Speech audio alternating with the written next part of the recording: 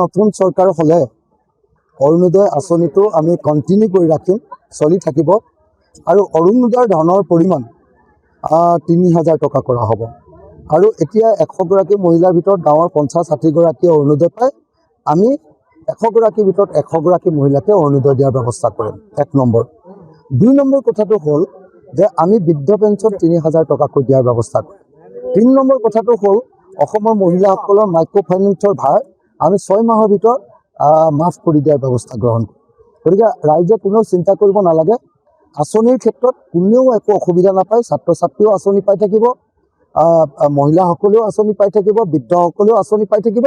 মুঠতে এইবাৰ গোটেই অসমতে হাৱা হৈছে যে বিজেপি দলক হটাব লাগে, বিজেপি দলক খেদিব লাগে, বিজেপিয়ে অত্যাচাৰ কৰিছে। গতিকে বিজেপি দলক খেদাই ৩ গগৈ চৰকাৰ, গৌৰৱ গগৈ, লুৰিণজ্যোতি গগৈ আৰু অখিল গগৈ, কংগ্ৰেছ, ৰাইজৰ দল আৰু জাতীয় পৰিষদৰ চৰকাৰ গঠন কৰিবৰ কাৰণে মই সকলোকে অনুৰোধ জনাইছোঁ। মানে কুশলদুৱাৰী অসমৰ ইতিহাসৰ আটাইতকৈ ডাঙৰ হত্যাকাৰী আৰু শিৱসাগৰখন হ'ল অসমৰ ভিতৰতে আটাইতকৈ সন্মানীয় ঠাই। গতিকে মই নিশ্চিন্ত হৈ আছোঁ যে কোনো পধ্যে শিৱসাগৰৰ ৰাইজে কুশলদুৱাৰীক ভোট নিদিয়ে। মই ৫০,০০০ অধিক ভোটত জয়ী হ'ম। যোৱাবাৰ মই ১৫,০০০ ভোটত জয়ী হৈছিলোঁ, এইবাৰ অতি কমেও ৫০,০০০ ভোটলৈকে গৈ আছোঁ। তাত মানে এটা ডাঙৰ ঘটনা ঘটিছে, কি অসমীয়া আৰু চাহ বাগানীয়া কৰিবৰ কাৰণে যত্ন কৰিছে আমাৰ ৰূপজ্যোতি কৰ্মীয়ে কি কৰিছে, চাহ বাগানবিলাকত তেওঁলোকক সোমাব নোৱাৰিব বুলি এনেকৈ প্ৰতিৰোধ কৰিছে। কিন্তু তাৰ ফলটো কি হ'ব, যদি চাহ বাগান এলেকাত আমাৰ অসমীয়া মানুহ সোমাবলৈ নিদিয়ে তেতিয়াহ'লে আমাৰ অসমীয়া মানুহবিলাকেও সিদ্ধান্ত বেলেগকৈ ল'ব।